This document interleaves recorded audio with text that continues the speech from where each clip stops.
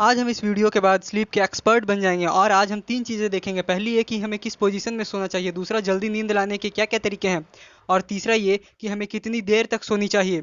तो पहला सवाल ये आता है कि स्लीप के बारे में हमें इतनी जानकारी क्यों होनी चाहिए। हम दिन भर में जो भी काम करते हैं, जितना भी फोकस करते हैं, जितने भी एक्टिविटी करते हैं, हमारे माइंड का परफॉर्मेंस लेवल क्या होगा और कितनी जल्दी हमारे फेस पर विंकल्स आएंगे, ये सब डिपेंड करता है स्लीप पर।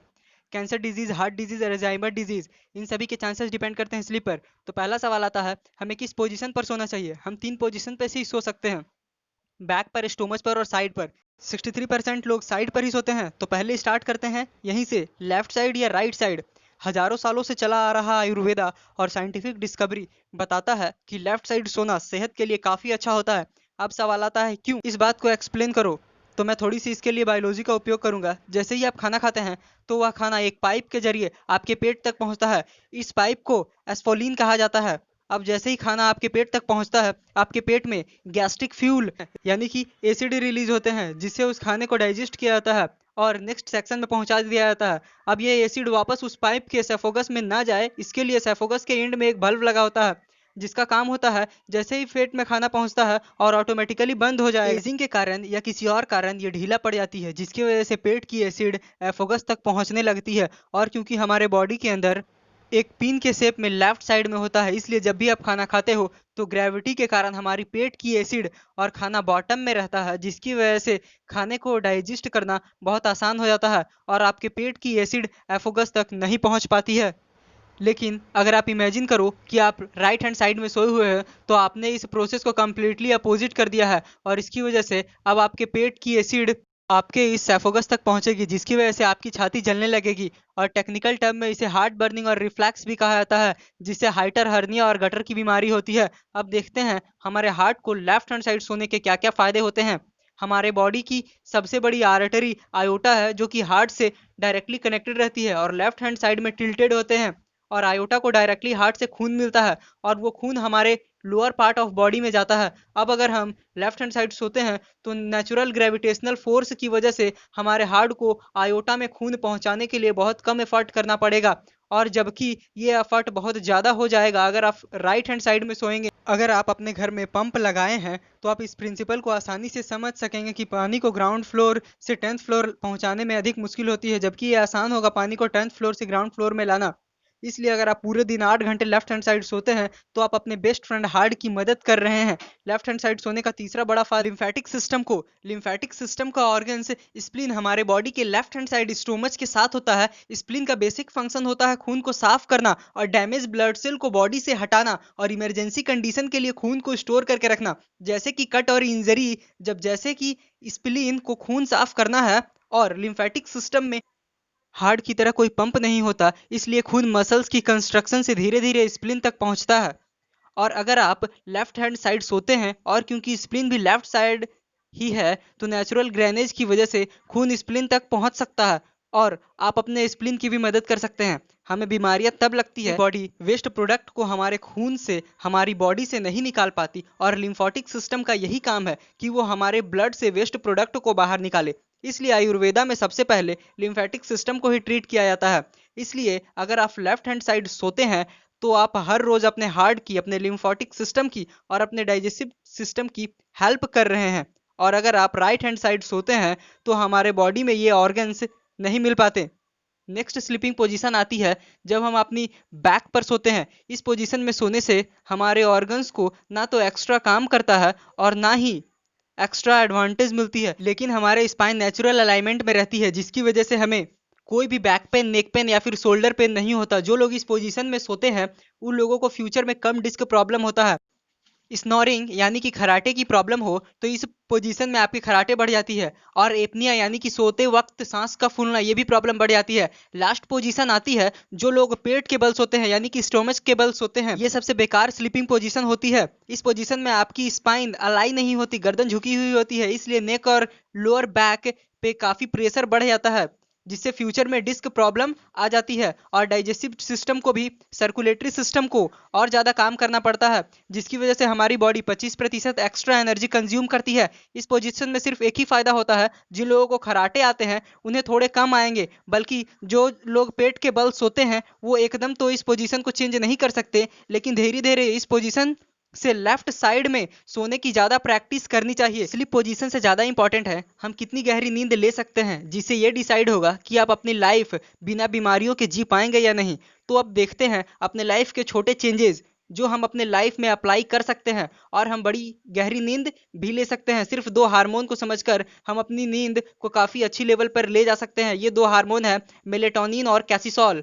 मेलेटोनिन को स्लीप हार्मोन भी कहा जाता है क्योंकि जिस वक्त हमारे बॉडी के अंदर ज़्यादा मेलेटोनिन होगा उस वक्त हमें बहुत गहरी नींद आ सकती है। और दूसरा हार्मोन है कैटिसोल, जिसे स्ट्रेस हार्मोन भी कहा जाता है। जिस वक्त हमारे बॉडी के अंदर ज़्यादा कैटिसोल होगा उस वक्त हम ज़्यादा अटेंटिव होंगे, और कैटिसोल बहुत ज़्यादा आ जाएगा तो हम बहुत ज़्यादा स्ट्रेस हो जाएंगे।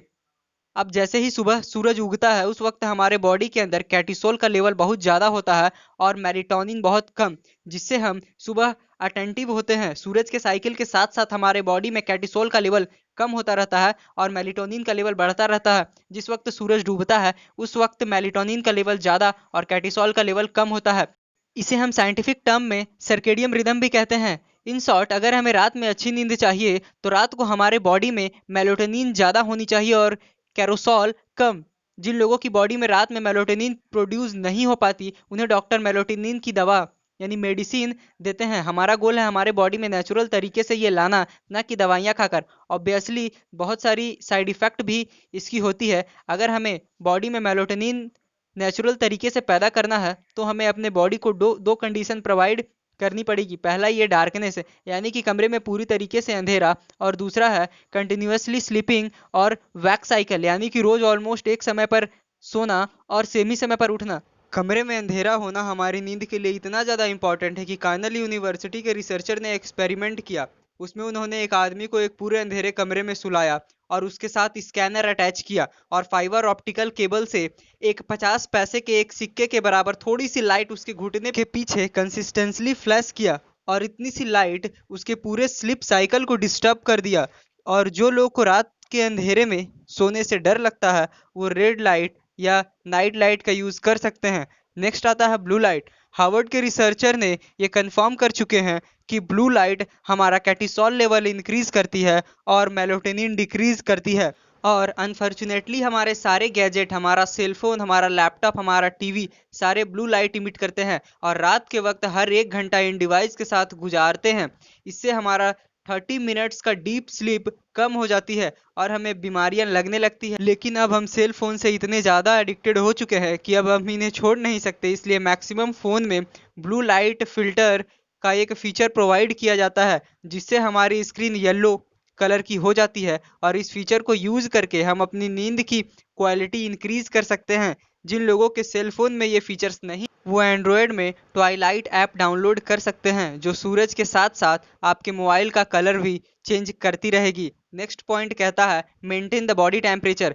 आपने स्कूल में सीखा होगा कि बॉडी का टेम्परेचर 98.6 डिग्री फ़ारेनहाइट होता है, बट रियलिटी में ये पूरे दिन भर में चेंज होता रहता है। अब हमारे बॉडी की नेचुरल टेंडेंसी है कि रात में सोते वक्त हमारे बॉडी का टेम्परेचर कम हो जाता है ताकि हमें गहरी नींद आए। अगर हमारे इन्वायरमेंट का टेम्परेचर बहुत ज़्यादा है तो हमारे बॉडी का टेम्परेचर ज़्यादा कम करना पड़ेगा ताकि वे हमारे इंटरनल टेम्परेचर को रेगुलेट कर सके। लकली आजकल हम ऐसे इन्वायरमेंट में रहते हैं जहां हम अपने रूम के टेम्परेचर को कंट्रोल कर सकते हैं। रिसर्च बताते हैं कि हमारे रूम का टेम्परेचर सोने के लिए 16.6 डिग्री सेल्सियस से 20 डिग्री सेल्सियस तक बेस्ट रहता है। अपने बॉडी टेम्परेचर को कंट्रोल करने के लिए दूसरा ऑप्शन आता है कि हम सोने से 2 घंटे पहले गर्म पानी से नहा ले। अब आप यह सुनकर कंफ्यूज हो जाएंगे कि नहाने से हमारा बॉडी टेम्परेचर तो इंक्रीज हो जाएगा, लेकिन नहाने के बाद जैसे ही हमारे बॉडी का टेम्परेचर इंक्रीज होगा वो ऑटोमेटिकली हीट रिलीज करता रहेगा ताकि बॉडी का टेम्परेचर और इन्वायरमेंट का टेम्परेचर बराबर हो जाए, और फाइनली वो थोड़ा एक्स्ट्रा हीट रिलीज कर देगा ताकि बॉडी का टेम्परेचर इन्वायरमेंट के टेम्परेचर से थोड़ा कम हो जाए और हमें गहरी नींद आएगी। नेक्स्ट पॉइंट आता है कि हमें कितनी देर तक सोना चाहिए। तो नेशनल स्लीप फाउंडेशन के 18 एक्सपर्ट ने मिलकर हेल्थ फेयर के स्लीप हेल्थ जेनरेट से हमें ये रिकमेंड किया है कि 0 से 3 मंथ्स के न्यूबॉर्न्स को 14 से 11 आवर सोना चाहिए, 4 से 11 मंथ्स के इन्फेंट्स को 12 से 15 आवर सोना चाहिए, 1 से 2 साल के बच्चों को 11 से 14 आवर सोना चाहिए, 5 ईयर्स के फ्री स्कूलर को 10 से 13 आवर सोना चाहिए, 6 से 13 ईयर्स के चिल्ड्रन को 11 से 9 आवर सोना चाहिए। और 14 से 17 ईयर्स के टीनेजर्स को 8 से 10 आवर सोना चाहिए। 18 से 64 ईयर्स अडल्ट को 7 से 9 आवर सोना चाहिए। और एवं 65 साल ओल्ड अडल्ट को 7 से 8 आवर सोना चाहिए। तो दोस्तों इस वीडियो में हमने 3 चीज़ें सीखी। पहला की स्लीप पोजीशन। जब हम लेफ्ट साइड सोते हैं तो हमारे बॉडी को हेल्प मिलता है, जैसे कि स्टोमच को हेल्प मिलता है, हार्ट को हेल्प मिलता है और स्प्लीन को हेल्प मिलता है। सेकंड हमने देखा कि स्लीप की क्वालिटी को इम्प्रूव करने के लिए हमारे बॉडी में नेचुरल मेलेटोनिन इंक्रीज करनी पड़ेगी। और हो सकती है कि जब हम पूरे अंधेरे में सोते हैं और सोने से पहले ब्लू लाइट को अवॉइड करते हैं या फिर स्लीप के 2 घंटे पहले गर्म पानी से नहा लेते हैं। और लास्ट में हमने देखा कि एज के अकॉर्डिंग हमें कितनी देर तक सोना चाहिए। तो दोस्तों आपको अगर ये वीडियो अच्छी लगी हो तो लाइक और सब्सक्राइब ज़रूर कर दें।